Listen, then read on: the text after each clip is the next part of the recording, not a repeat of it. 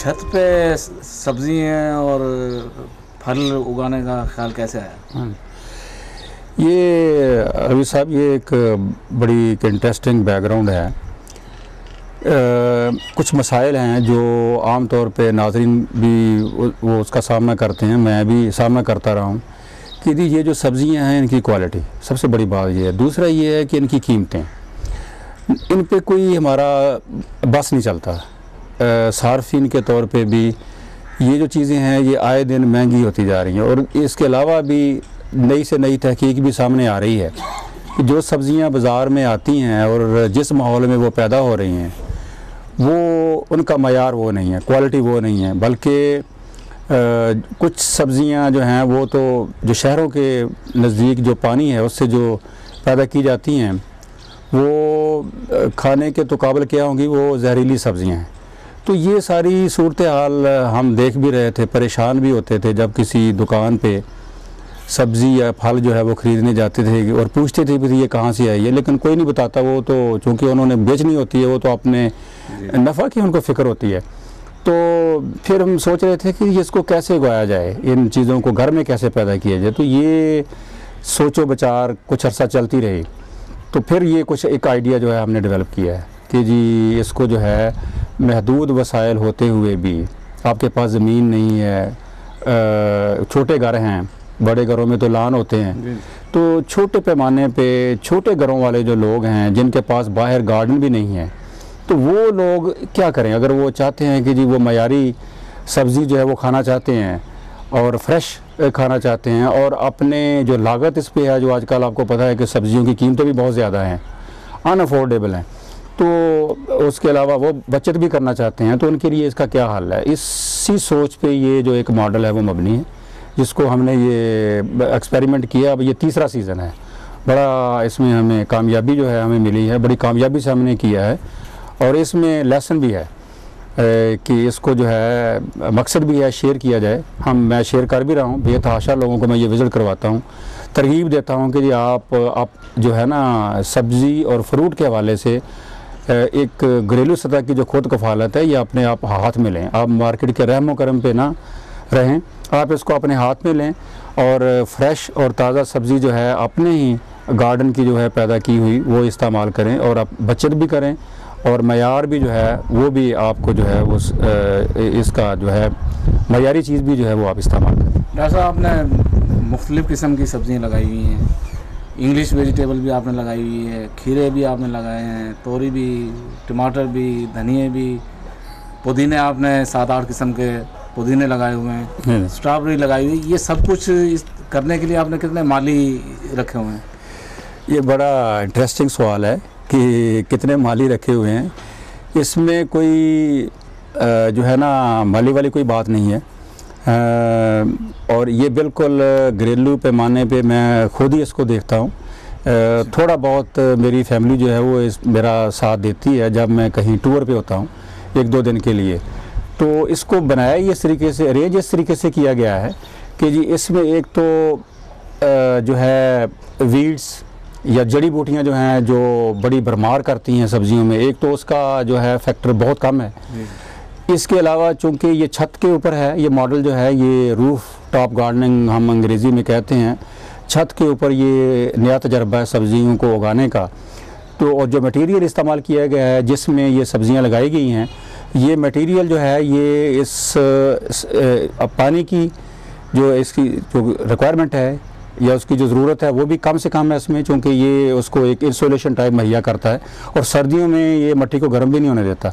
तो इस हवाले से यहाँ पौधों की बढ़ोतरी भी बहुत ज़्यादा है, और लेबर जो है सिर्फ आपको ये करना है कि जी नमाज़ पढ़ने के बाद, जो सुबह की नमाज के बाद अगर आप उठते हैं तो आपको सिर्फ आधा घंटा जो है अपने पौधों को देखना, पौधों से बातें करनी है, तो उसके बाद इंशाल्लाह आपको हर चीज़ फ्रेश मिलेगी। डॉक्टर साहब, इस सिलसिले में अगर कोई रहनुमाई हासिल करना चाहें लोग तो वो किस तरह तरबियत कहाँ से हासिल कर रहे हैं, लिटरेचर कहाँ से लें, और अगर कोई इस सिलसिले में कोई मसाइल पेश आएँ, हाँ जी, बीमारी पौधों पे बीमारी का या बीज का या कोई और मतलब है, वक्तन फ़क्तन अगर अपने वो कंसल्टेशन करना चाहें तो ये कैसे पॉसिबल है? इसके 2-3 तरीके हैं। देखिए जी, एक तो जो सब्जियों को पैदा करना और सब्जियों के जो आला मेयार के बीज हैं, जो इसके अलावा जो सीडलिंग्स या जो हमारे पास नर्सरी होती है, अच्छा वो तो हम पैदा कर रहे हैं NARC में भी।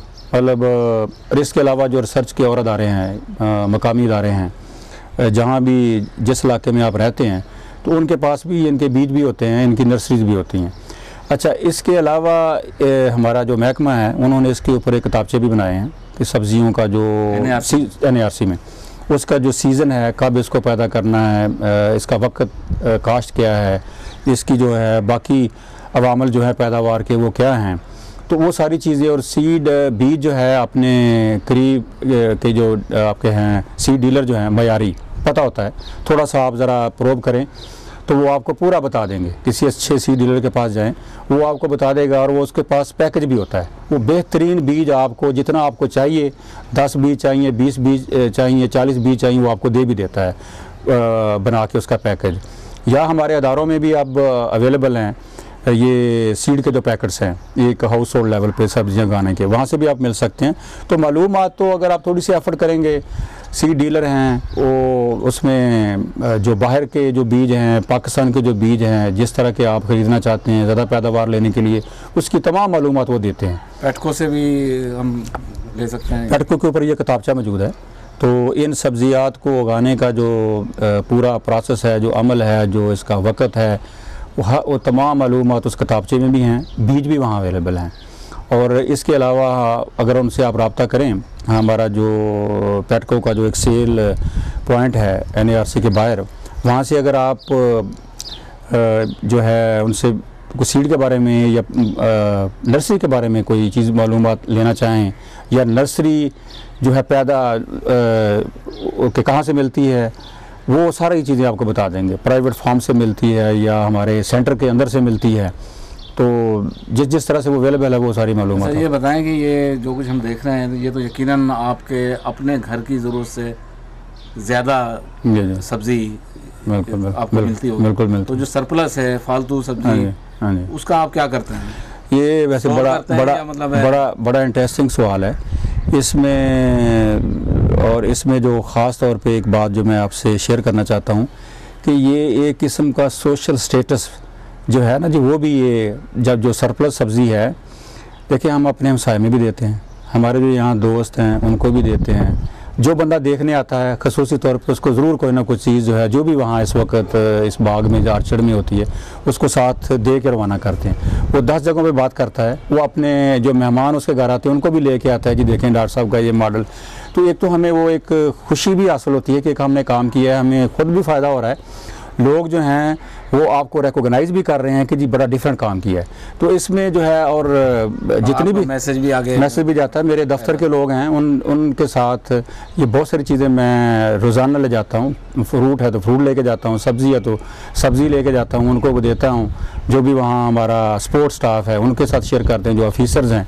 तो ये एक बड़ा हेल्दी और बड़ा इनकरेजिंग एक्सपीरियंस है। और इसमें एक एक्सपीरियंस भी, एक्सपर्टीज़ भी, इसको उगाना कैसे है वो अपनी जो एक इस्तात है वो भी बड़ी है।